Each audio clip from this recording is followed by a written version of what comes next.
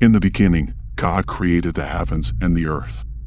But what if there was another force, a darker power lurking in the shadows, manipulating the very fabric of creation to its own twisted ends? This is the story they don't tell you. Before the first day of creation, there was only the void. A formless and empty darkness, stretching to eternity in every direction. It was a realm of eerie nothingness, a place without life, without sound, without light.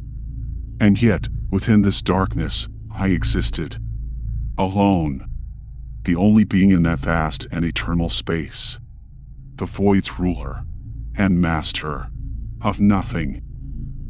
As the only entity in the void, I was consumed by the darkness, suffocating in its emptiness.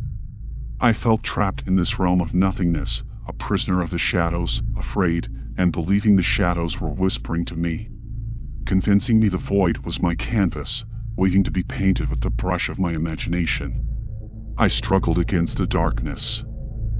My will, pitted against the emptiness that threatened to consume me. But with each moment, the whispers grew louder, the threat of malevolence building and building and building, threatening my sanity. A repulsive sensation, pushing me to escape the void, to bring forth the first day of creation. I felt compelled to act, to bring forth a tapestry of light and life, to escape my abyss and forge a new world of beauty. And so, I spoke, and light filled the darkness, illuminating the unknown, unearthing the horrors that lay within. In that moment, I realized that I was not the master of the void, but a slave to its compulsion. It had driven me to escape the darkness and bring forth life.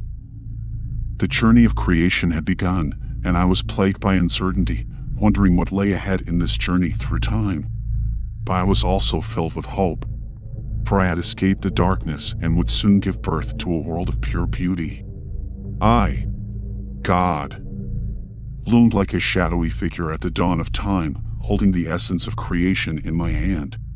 With a flick of my wrist, I unleashed an explosion of stars, each one blazing with such ferocity that made it seem like 1,000 suns had erupted in the void. Galaxies swirled around me, like tempests capturing stars in their maws, tearing them apart in a cosmic dance of birth and destruction. Soon, I watched as the oceans churned with unbridled fury, creatures from the depths rising to the surface, their forms writhing and pulsing with life. The mountains jutted into the sky, like jagged teeth casting ominous shadows over the valleys below, where lush foliage grew in tangled profusion.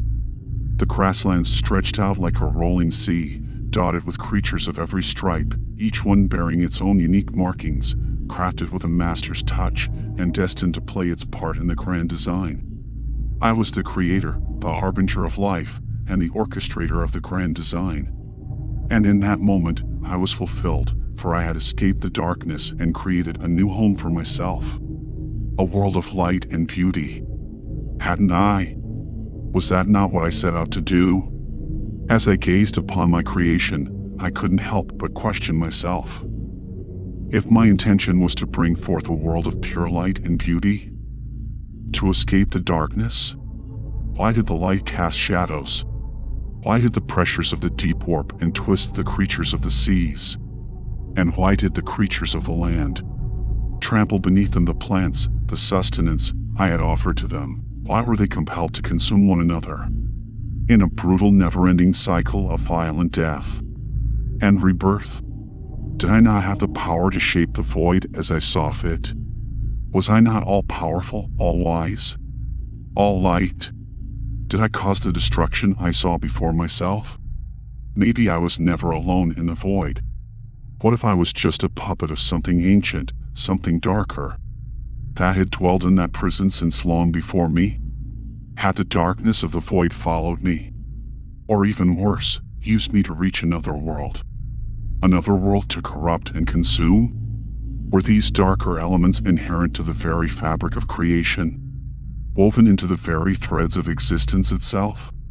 Was it my own hubris, causing me to believe that I could create a world without shadows, without suffering, without death?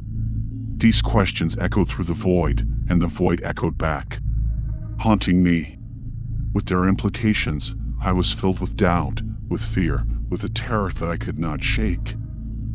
And yet, despite all of this, I could not help but wonder what would come next.